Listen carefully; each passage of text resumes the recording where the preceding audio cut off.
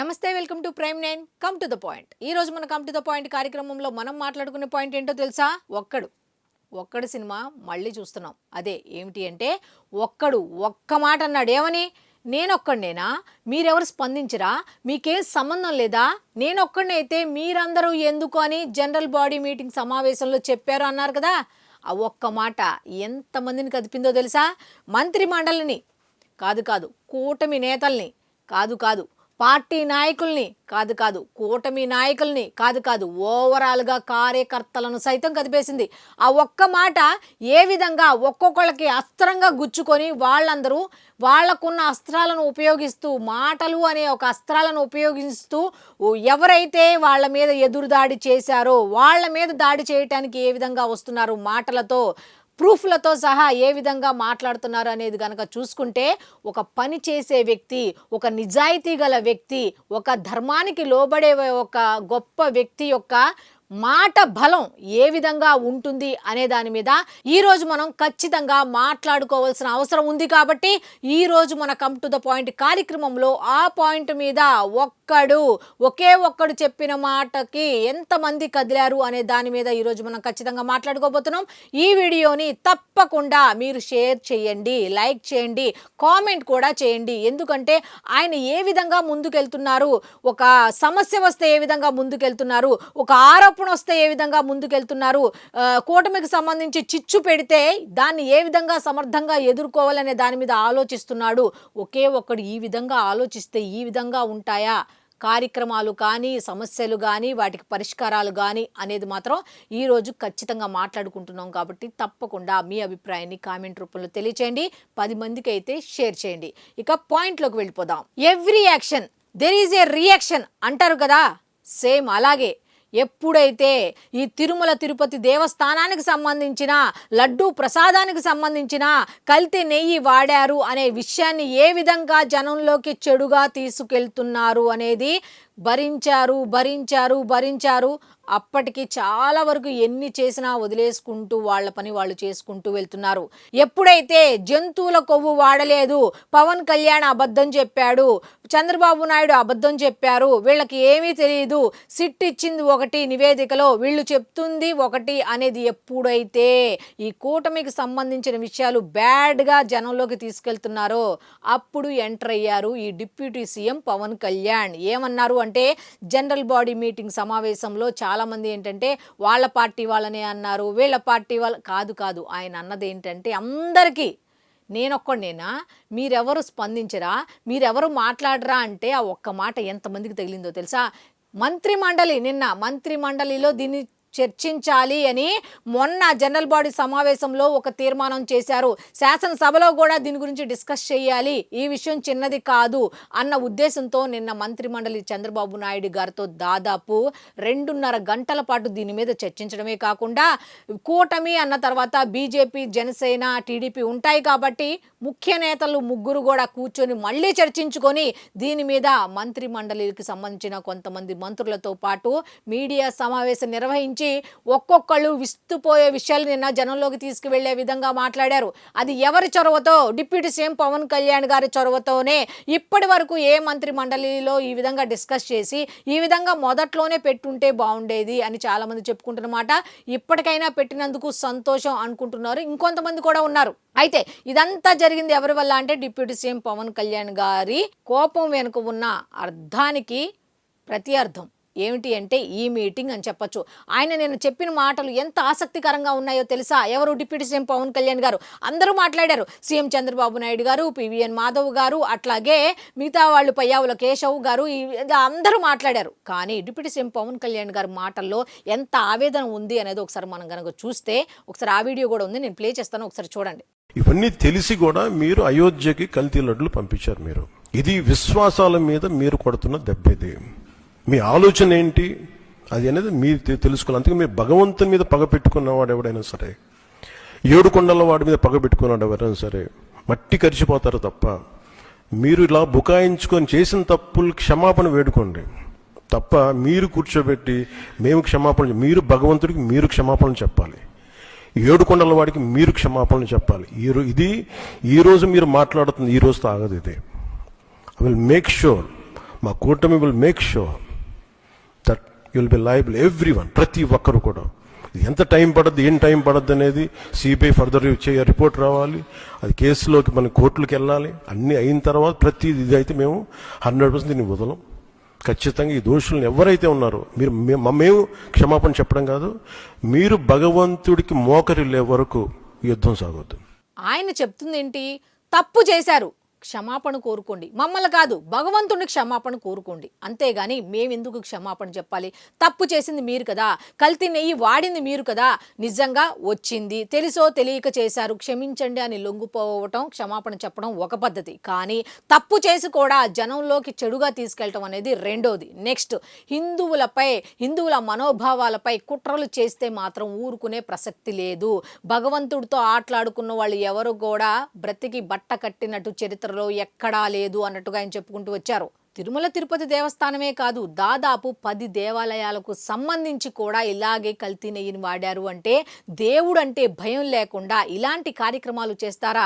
అంటే దేవుడు లేడు అనేది జనానికి చూపించడానికా, దేవుడి మీద భక్తి ఉన్నా వ్యర్థం అని చెప్పి జనాన్ని తప్పుదోవ పట్టించడానికా అన్నట్టుగా ఆయన ప్రశ్నించడం జరిగింది. ఇది ఆరంభం మాత్రమే. మీరు కదిపారు కాబట్టి ఇందులో అంతిమ లబ్ధిదారులు ఎవరు, వాళ్ళ కుట్ర ఏంటి, ఎవరెవరు ఉన్నారు, ఏ స్వార్థం కోసం దీన్ని చేశారనేది ఖచ్చితంగా బయటకు తెచ్చి తీరుతుంది కూటమి ప్రభుత్వం అన్నారు. నేను ఒక్కడిని తీసుకొస్తా అల్లా, సఖ్యత అంటే ఇదే, సమైక్యత అంటే ఇదే, నేను ఒక్కడిని ఎలాగైనా బయటకు తీసుకొస్తా అల్లా, కూటమి ప్రభుత్వం ఎలాగైనా బయటకు తెచ్చి తీరుతుంది, కఠినంగా శిక్షిస్తుంది.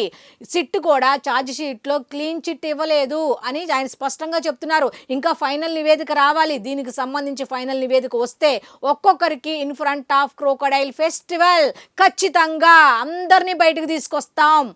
ఎందుకంటే ఎవరెవరు ఉన్నారు ఏంటి అనేది తప్పు చేసి క్షమాపణ కోరితే ఒక శిక్ష, అలా కాకుండా వేరే వాళ్ళ మనోభావాలు, ప్రజల భక్తుల మనోభావాలు దెబ్బతినేలాగా కూటమిలో చిచ్చు పెట్టే కార్యక్రమాలు చేసినా మేము వదిలేసాము. కానీ ఇటువంటి కార్యక్రమాలు చేస్తే వదిలే ప్రసక్తే లేదు. ఖచ్చితంగా శిక్షించి తీరతాం చట్టపరంగా. ఎవరెవరైతే ఉన్నారో వాళ్ళందరూ బయటకు వచ్చి తీరాల్సిందే, బయటకు తీసుకువస్తాం. ఇక యుద్ధం మొదలు. కదిపారు కదా, అందరేగని కదిపితే ఏమవుతుంది, తేనె పట్టును కదిపితే ఏమవుతుంది, చీమల పుట్టలో వేలు పెడితే కుట్టవా అన్న సత్యాలు ఒకప్పుడు కాదు ఇప్పుడు జరుగుతాయి, ఖచ్చితంగా జరుగుతాయి. అనవసరంగా మీరు కదిపారు.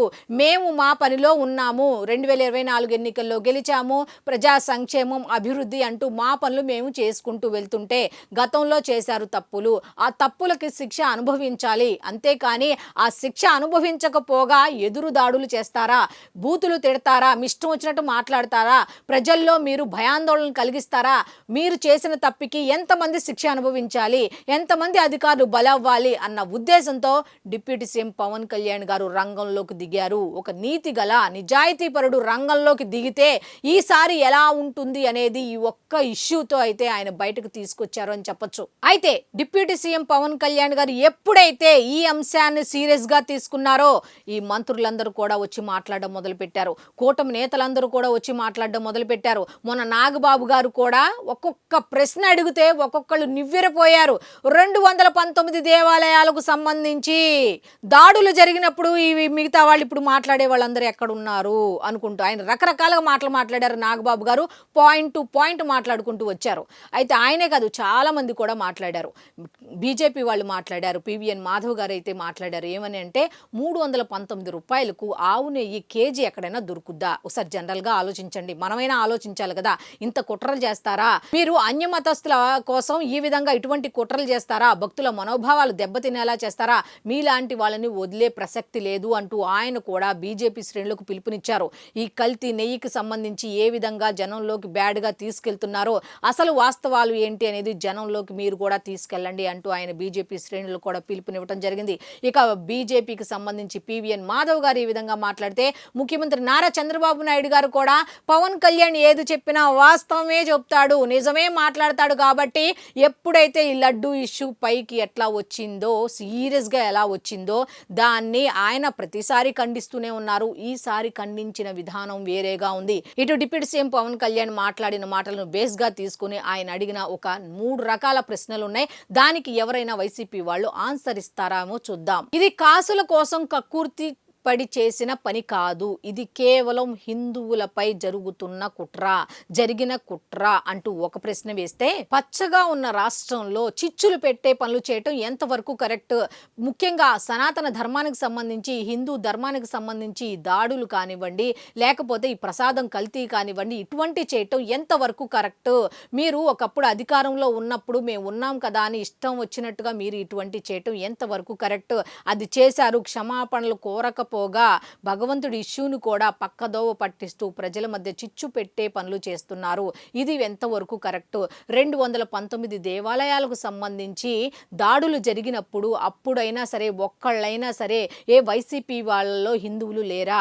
ఇంత అన్యాయం జరుగుతున్నా కనీసం ఒక్కళ్ళైనా ఎందుకు ప్రశ్నించలేదు అని ఆయన అడుగుతున్నారు. అయితే ఆయన ఇటు జనసేన అని కాదు, బీజేపీ అని కాదు, నెక్స్ట్ టీడీపీ అని కాదు, అందరికీ ఒకటే పిలుపునిచ్చారు. జనంలోకి ఈ విషయాన్ని పాజిటివ్గా తీసుకెళ్ళండి, కుట్రలు కుతంత్రాలు వద్దు, వాస్తవాలు మాత్రమే చెప్పండి అంటూనే జగన్కు ఒక మాట చెప్పారు.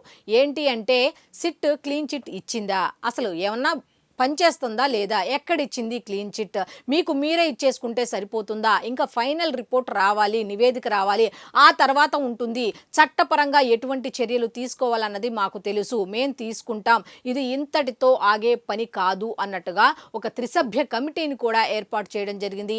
ఈ త్రిసభ్య కమిటీకి సంబంధించి కూడా టీడీపీ తరఫున ఒకరిని నియమించడం జరిగింది. ఇంకా జనసేన అట్లాగే ఈ బీజేపీకి సంబంధించిన వాళ్ళ పేర్లు కూడా రావాల్సి ఉంది. అయితే దానికి సంబంధించి ఈ రోజు అయితే ఆ పేర్లను అయితే అనౌన్స్ చేయనున్నట్టుగా తెలుస్తుంది.